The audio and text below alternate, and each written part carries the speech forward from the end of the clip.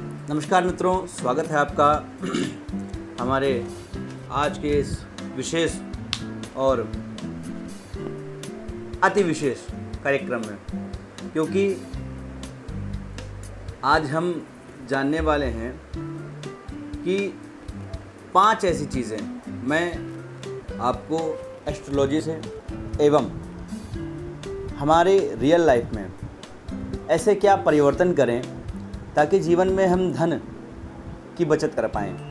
क्योंकि आज के समय में भले ही आपकी आमदनी 2 लाख या 3 लाख रुपए महीना हो, कितनी भी आप आमदनी करते हो महीने में, इनकम ऑफ सोर्स आपका कितना भी अच्छा हो, पर अगर आप धन को संचित नहीं करते हैं, धन को बचाते नहीं हैं, तो फिर ये समझ लीजिए कि आप सिर्फ अपना पेट भर रहे हैं एवं आगे के समय में आपको बहुत ही कठिनाइयों का सामना करना पड़ेगा।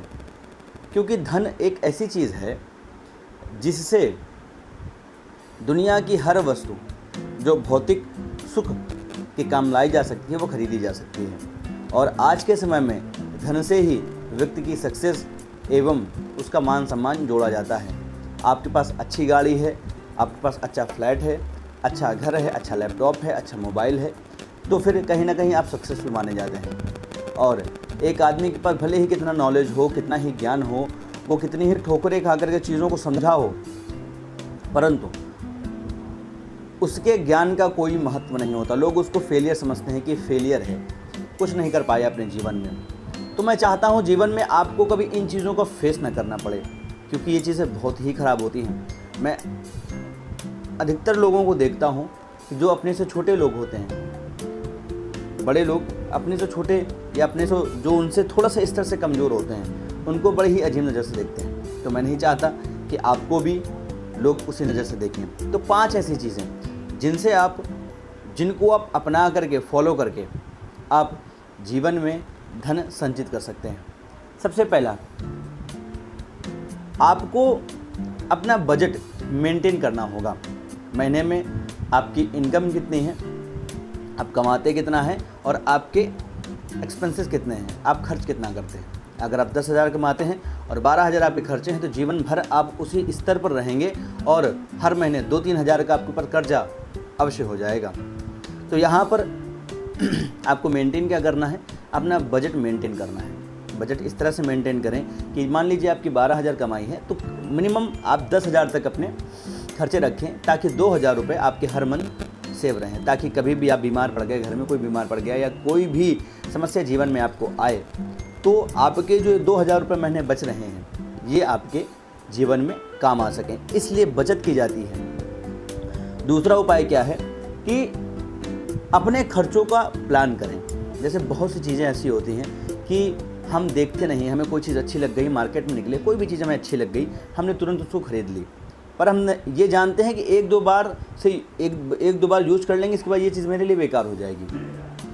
तो यहाँ पर उन चीज़ों को खरीदने से बचना है। आज भी आपके घर में आपके पास ऐसी कई चीज़ें होंगी जो आपके यूज़ की नहीं हैं, फिर भी आपने उनको खरीदी। कहीं ना कहीं आपका पैसा वो इन्वेस्ट हुआ, और वही पैसा अगर आपके पास कहीं बैंक में या किसी एफडी या किसी प्रकार की कोई पॉलिसी अगर आपकी चल रही होती, तो फिर आज आपके पास पैसा होता और आपके अंदर एक कॉन्फिडेंस होता। जब व्यक्ति के पास पैसा होता है तो व्यक्ति के पास ऑटोमेटिक कॉन्फिडेंस होता है, क्योंकि वो जानता है कि मेरे पास पैसा है, कहीं भी अगर कोई बात पड़ेगी तो मैं पैसा खर्च कर दूंगा, सारी चीज़ें अच्छी हो जाएंगी। तो पैसा होना इसलिए बहुत ज़रूरी है। तो जो चीज़ें आपकी यूज़ की हैं, उनको ही खरीदें, ज़्यादा खर्च के चक्कर में मत पड़ें।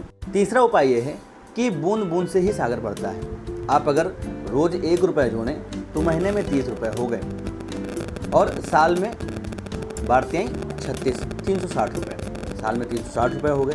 तो ऐसे ही अगर आप हर महीने 1,000 रुपये बचाते हैं तो साल में 12 महीने होते हैं, तो 12,000 रुपये आपके सेव हो गए।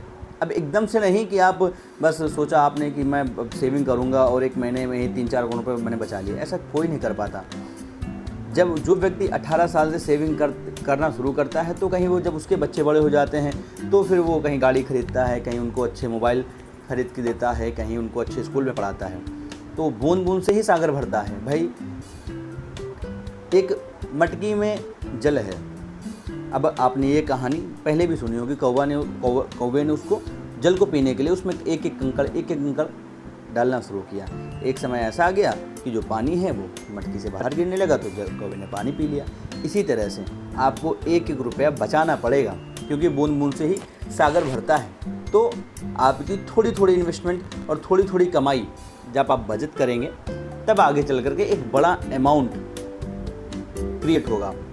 और सबसे बड़ी चीज़ ये है कि आज के समय में ये अधिकतर देखी जा सकती है। क्या चीज़ है वो, कि आज के समय में हम हैं, आप हैं, कोई भी है, तो वो शो ऑफ बहुत करते हैं। शो ऑफ मतलब एक्सपेंसेस, अपने कपड़ों का, मोबाइल का। अगर मेरे दोस्त के पास भाई एप्पल का लेटेस्ट मॉडल है तो मेरे पास इससे भी अच्छा होना चाहिए, या मेरे पास भी हो। भाई अगर मैं इको स्पोर्ट गाड़ी चला रहा हूँ तो सामने वाला सोचता है कि मेरे पास इससे भी अच्छी और इससे भी महंगी एक्सपेंसिव कार होनी चाहिए, या मेरे फ्रेंड के पास जैगुआर है तो मेरे पास जैगुआर होनी चाहिए। आदमी की ऐसी सोच है, तो पर ऐसी हमारी सोच नहीं होनी चाहिए, क्योंकि आप आज जैगुआर ला के खड़ी तो कर देंगे, पर उसको खड़ी थोड़ी करना है, आपको उसको जीवन भर चलाना है। तो जीवन भर कब चला पाएंगे आप? जब आप अपने बजट के अनुसार चलेंगे। दूसरों को देख करके मत करिए, क्योंकि आपने अगर आज महंगी गाड़ी खरीदी तो ये समझ लीजिएगा कि पेट्रोल और डीजल आपको ही उसमें भराना है, कोई दूसरा नहीं भरा पाएगा। तो और उसमें भाई खरीद लिया आपने, खड़ी कर दी, अब वो खड़ी ही है, कुछ कर तो पा नहीं रही ना। आपके पास इतना पैसा है कि उसमें आप रोज़ पेट्रोल लगा करके चला पाएँ उसको, तो कहीं ना कहीं वो ख़राब हो जाएगी और आपका एक बहुत बड़ा इन्वेस्टमेंट ख़राब हो जाएगा। तो जो चीज़ें आपकी ज़रूरत की हैं सिर्फ वो खरीदें। अगर आपका काम वैगनर से चल रहा है तो आप वैगनर खरीदें। अगर आपके पास 5 जीन्सें हैं पहनने के लिए, 5 शर्ट्स हैं पहनने के लिए, तो फिर जब तक वो रिटायर्ड ना हो जाए, वो ख़त्म ना हो जाए, तब तक दूसरी मत खरीदें। भैया पैसा बचाइए ना, पैसा बचाएंगे तो एक अच्छा बिजनेस कर सकते हैं, एक अच्छी जगह इन्वेस्टमेंट कर सकते हैं। आरडी वगैरह खोलिए, पॉलिसीज़ चलिए, LIC की बीमा पॉलिसीज जो चलती हैं उनको खोलिए, आप किस्त वगैरह भर सकते हैं, BC वगैरह जो उठती है उसको उठा सकते हैं। कुल मिला करके आपको शो ऑफ से बचना चाहिए। आपका अगर आईफोन आपके पास नहीं है और आपका काम अगर Vivo X1 Pro से चल रहा है तो फिर उससे ही चलाइए आप। ज़रूरत नहीं है आपको आईफोन खरीदने की। क्या कर लेंगे भाई, सिर्फ एप्पल का टैग दिखाएंगे, क्या मतलब बनता है उस चीज़ से। और ये तो हो गई 4 चीज़ें।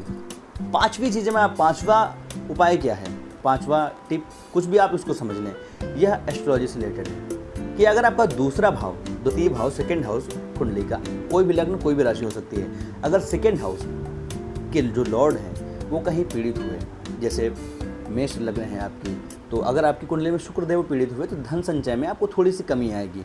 कर्क लग्न हुई तो अगर सूर्यदेव आपके पीड़ित हुए तो कहीं ना कहीं आपको धन संचय में कमी आएगी। मकर लग्न हुई तो फिर कहीं ना कहीं मकर लग्न में लग्नेश और द्वितीयेश शनि ही बनते हैं। अगर शनि पीड़ित हो गए तो कहीं ना कहीं आपका व्यक्तित्व पीड़ित हो जाएगा, पर्सनालिटी आपकी पीड़ित हो जाएगी और आपका धन भाव भी पीड़ित हो जाएगा। आप धन संचित नहीं कर पाएंगे, पैतृक धन को प्राप्त करने में आपको बहुत ज़्यादा समस्या आएगी। तो आप द्वितीयेश का भी उपाय कर सकते हैं, इससे भी आप धन संचित कर सकते हैं। तो धन संचित कर लेंगे आप तो जीवन में आप कहीं भी एक अच्छा निवेश करके एक अच्छी इनकम जनरेट कर पाएंगे।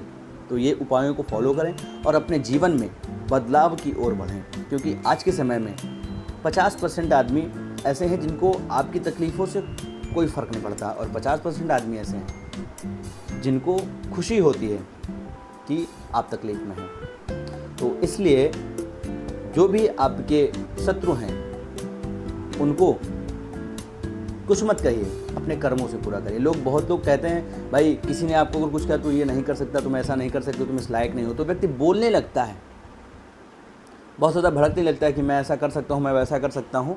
पर एक मेरी जो पर्सनल सोच है, अगर आपको कोई भी कुछ कहता है कि तुम ये नहीं कर सकते हो, तुम वो नहीं कर सकते हो, तुम गरीब हो, तो उसको तुम कह कर के मत पूरा करो, तुम उसको करके पूरा करो। क्योंकि कीमत जितनी आपकी ज़ुबान की होगी उससे ज़्यादा आपके कर्म की होगी। तो मेरे हिसाब से अगर मेरे वे से देखें तो कर्म करना चाहिए, और जब आप उस लायक बन जाएंगे तो आपका जो आपसे जिसने ऐसे प्रश्न किए थे या आपकी पर्सनालिटी पर जितने भी क्वेश्चन मार्क उठाया था उसको जवाब अपने आप मिल जाएगा, वो शर्मिंदा खुद हो जाएगा। आपको कुछ करने की आवश्यकता नहीं है। तो जीवन में धन संचित करें और एक अच्छा निवेश पा करके एक अच्छा व्यापार अपना सेटल करें। आई होप आपको हमारा यह वीडियो पसंद आया। पसंद आया होगा। अगर आपको ये पसंद आया है तो लाइक शेयर सब्सक्राइब करना मत भूलें, अपने दोस्तों के साथ शेयर करें और जीवन में सफल व्यक्ति बने, क्योंकि सफलता ही आपकी पहचान है। कर्तव्य पथ से कभी पीछे मत हटें, कर्म करते रहें। कर्म प्रधान में सूरज राखा। जब आप कर्म करेंगे तभी आपको सफलता मिलेगी। नमस्कार।